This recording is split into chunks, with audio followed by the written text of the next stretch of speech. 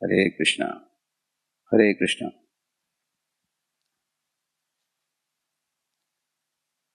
In the Srimad Bhagavatam, first canto, second chapter, the science of attaining the Supreme Lord is very beautifully explained. Just like there is a wet wood or a dry wood which is smoky or a fiery wood, all have different characteristics, isn't it?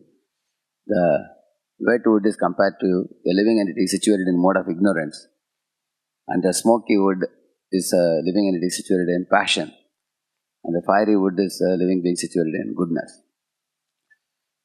So it is explained that most living beings are like the wet wood, which are very dull, just like Nalakur Manigriv.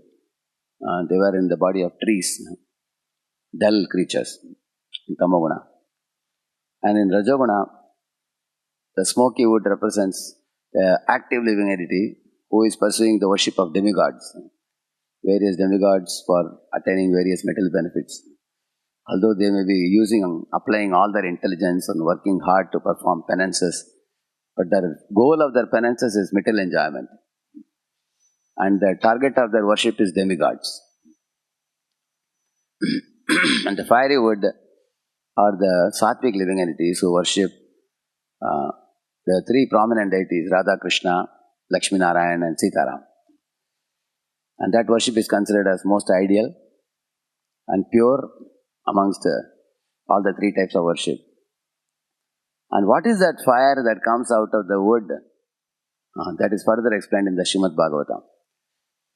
That fire which is contained in the wood, in the same manner the super soul is contained in the body of the living entity.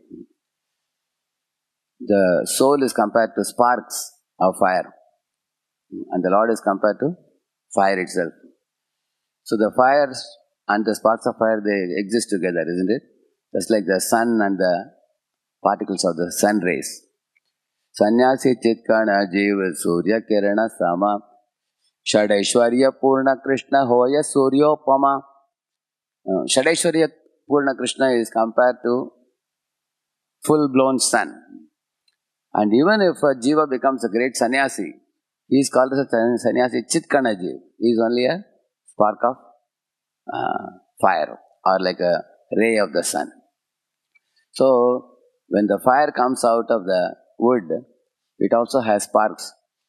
So, the jiva and the super soul, they coexist in the same body, like the fire and the sparks of fire existing in the firewood. And how can this fire be awakened in the wood? You can take another log of wood which has fire and lit up this wood with a similar fire. Then you can also see the fire coming out. We do that, correct, no? Isn't it like you have a matchstick? You have to take it and then you put it on the wicks of the lamp and then it glows. So you bring fire and you put fire and then it brings out the fire. Similarly, great advanced Mahatma devotees like Srila Prabhupada who have become awakened to the super soul, they are already carrying the fire in their wood. So they can put fire to another log of wood from where the fire can be awakened. And what is that awakened fire? In conclusion, it is said, Vasudeva para Veda, Vasudeva para Makaha, Vasudeva para Yoga, Vasudeva para Kriyaha, Vasudeva param Jnanam, Vasudeva param Tapaha, Vasudeva paro Dharmo, Vasudeva para Gatihi. After studying all the Vedas, Vedashcha Sarvair, Vasudeva para Veda. One should come to the Vasudeva Sarvamati. Vedasya sarve rahameva vedyo. Then Vasudeva Paramakha is saying. After performing all the sacrifices, a Brahman comes to understanding that all the things that I am doing is for the pleasure of Lord Vishnu only. Aham kratur aham yajnaswadaham aham aushadam mantroham aham evajyam aham agnir aham hutam. Like that Krishna is telling. Oh Brahmans, don't be performing ritualistic sacrifices without knowing the goal of this sacrifice, which is myself, Krishna is saying. Aham kratu, aham yajna, swadaham, which means I am the yajna kund. I am the fire that emanates from the yajna kund, which is the tongue of Vishnu. I am the ladle, I am the ghee, I am the mantra that you are uttering with your mouth. I am all the ingredients you use in the sacrificial fire. If I am everything, how can you forget me, the purpose behind all your activities? So therefore it is said, Vasudeva para makha.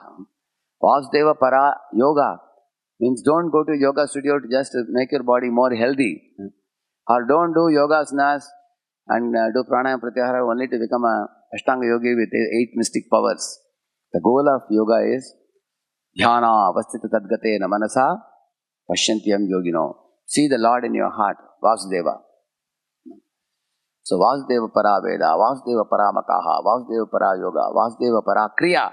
Kriya means 4 types of Kriyas are explained in the Vedas. Brahman, Kshatriya, Vaishya, Shudra. And the goal of all the 4 is Samsiddhir and Kaushana. So that is also for Vasudeva's pleasure only. And Vasudeva Param Jnanam. All the great learned personalities, they all should come to the conclusion, Jnanava, Bahunam Janmanamante, Jnanavan Mam Prapatiti. With what understanding they surrender? Vasudeva Sarva.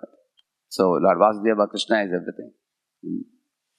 There is another verse also in the Bhagavatam, Tapasvino Dana Para Yashasvino Manasvino Mantravido Sumangala Kshemam Na Vindanti Vinaya Darpanam Tasmai Subhadra Shravase Namo Namaha. So this verse talks about how the greatest of the chanters, greatest of the charity givers, greatest of the tapasvis, everybody ultimately, their life is auspicious only if they come to the lotus feet of Lord Krishna. Otherwise their life is incomplete. It says, so Vasudeva Param Jnanam, Vasudeva Param Tapaha. Hiranyakashipu is doing tapasya, Dhruva is doing tapasya. But Hiranyakashipu's tapasya led him to ruin, whereas Dhruva's tapasya led him to glory. How? Because his tapasya ended with seeing Lord Vishnu and becoming a pure devotee. Therefore, Vasudeva Param Tapaha. That tapasya which is performed for the Supreme Lord is Tapo Divyam, which Sattvam Shuddhi, it purifies the heart. Brahma Saukyam to Anantam, it gives unending bliss. And then Vasudeva Paro Dharma. The Paro Dharma tree has many branches. Like we have Matru Dharma, Pitru Dharma, Atithi Dharma, Sri Dharma, Varna Dharma, Ashrama Dharma. All these are branches of that one tree, the root of which is Paro Dharma, the ultimate Dharma. So if you water the root of a tree, the whole tree gets nourished. So if you perform worship of Lord Vasudeva by chanting of Hare Krishna, you are serving all the living entities. Automatically it is taken care. Vasudeva Paro Dharma and Vasudeva Para Gatihi. Lord Krishna's lotus feet is the ultimate gati to be attained. There is no other destination. Of course, there are destinations like going to heavenly planets, will come back. If one goes to Brahma Jyoti, one falls back. But when one goes to Krishna's lotus feet, one never returns. One comes to the material world. He says, Yad Gatva Anivartante Tadhama Paramam Mama. So even a Nitya Baddha Jiva can become like a Nitya Siddha eternally, by placing oneself in Krishna's lotus feet.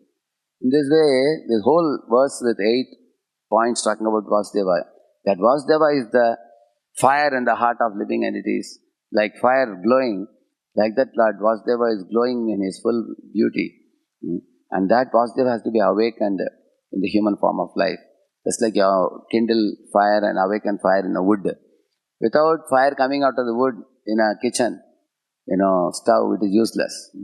Similarly, in the human body, if one is like a wet wood, it's good for nothing. Or a smoky wood is trouble giving. But a fiery wood, that can serve. Similarly, in the human form of life, we should awaken that Lord in the heart.